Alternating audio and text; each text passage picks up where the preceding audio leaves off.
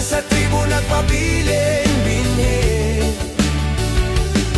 sa agos sa panahon dili mapapa. Salamat sa atong mga teachers ng PNGR, tungkol sa mga taranya natin ito po sa Bulagdag, sa Tagalawa, Gamating, kami po. Biyap sa Mayor, salamat kay Sir Sam, kami Jim sa Kadre. Salamat kay atay lang panahon para sa tuwa. Ang mga teachers, mga tulog pa sa pasugong, ito po i-help mo na kamong ang Foundation Day, uba sa mga teachers, i-close yung mga teachers. Magaling tulog adlaw, salamat sa Ginoo, ngayon ang hatagan. Higayon, na mga buto for 17 years.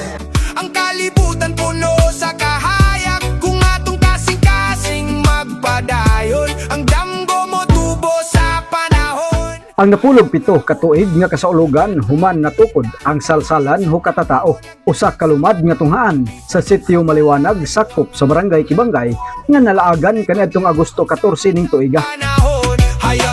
Atol sa maong kasaulugan, diha mismo ang founder nga kabahin sa iyang pakigbisog nga matunulan sa edukasyon ang mga lumad nga wala pay natukod nga tunghaan ilabi na ning susamang lugar nga medyo layo sa sentro. Nasayran nga kinder ngadto sa preschool hangtod na sa grade 6 na ang tunghaan nga karon gidumala ni Mr. J.R. Riabo. Kabahin sa ilang kasaulugan ang pagpadayag sa ilang abundang mga tanom. Lakip na ang indigay sa pagsayaw gikan sa mga tinunan hangtod na ang mga magtutudlo ug mga ginikanan.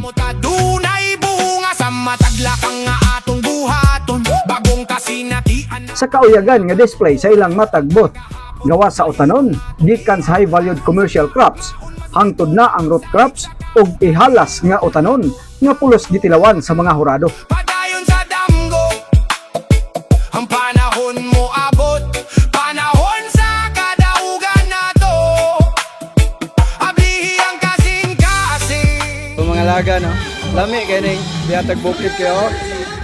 Ilawan na to kasaba. Muna sila may nagluto. Shout out ka. Hi. Hello ma'am. So lami kayo. Picture na sila, sir. Pagpapicture na sila nga busy. Busy ba yung kaog Bingala? Kauban ako si Sir Samo.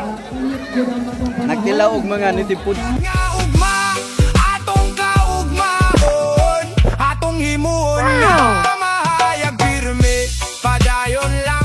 As a Tourism Operations Officer of Lungsod Salantapan, ang indigenous people of ang school is part of the cultural tourism. Tungod kay ato na mo'y mga kahibalo, ato na mo'y talento, ato na mo'y katakos sa inyong mga produkto nga inyong ipakita. Even ang inyong mga local food, nakatilaw ko ganin nagdaybaki. Tapos tapay inyong mga pagkaon nga ay paginakot na tilawan. Kana siya, it's a local food sa atong community, nga diin pwede ginato siya, ug ato yun siyang i-preservar. Kanunay, atong i-preservar ang atong kultura, atong pagkaon, ang ato ang kahibalo, ang ato ang pulong, o ato mga gwapong nga mga binuhatan. Tungod kay isa na siya nga maka-invite po sa ato ang puhon, something somehow sa ato ang turismo. Bisan nun sa paang dalan, dili ko magduha-duha. Ang inyong pagpaningkamot sa kultura, usa ka bahandi nga pwede na itong ipaambit nga sa atong tourism. Dili kinahanglan,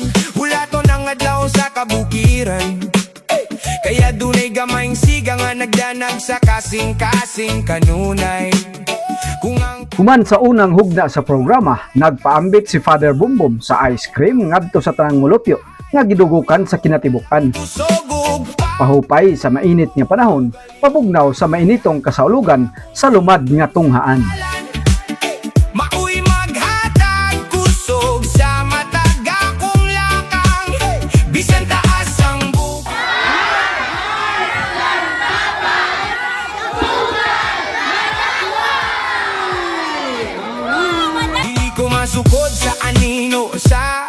kagahapon kay matagadlaw adunay bagong oportunidad ug panahon.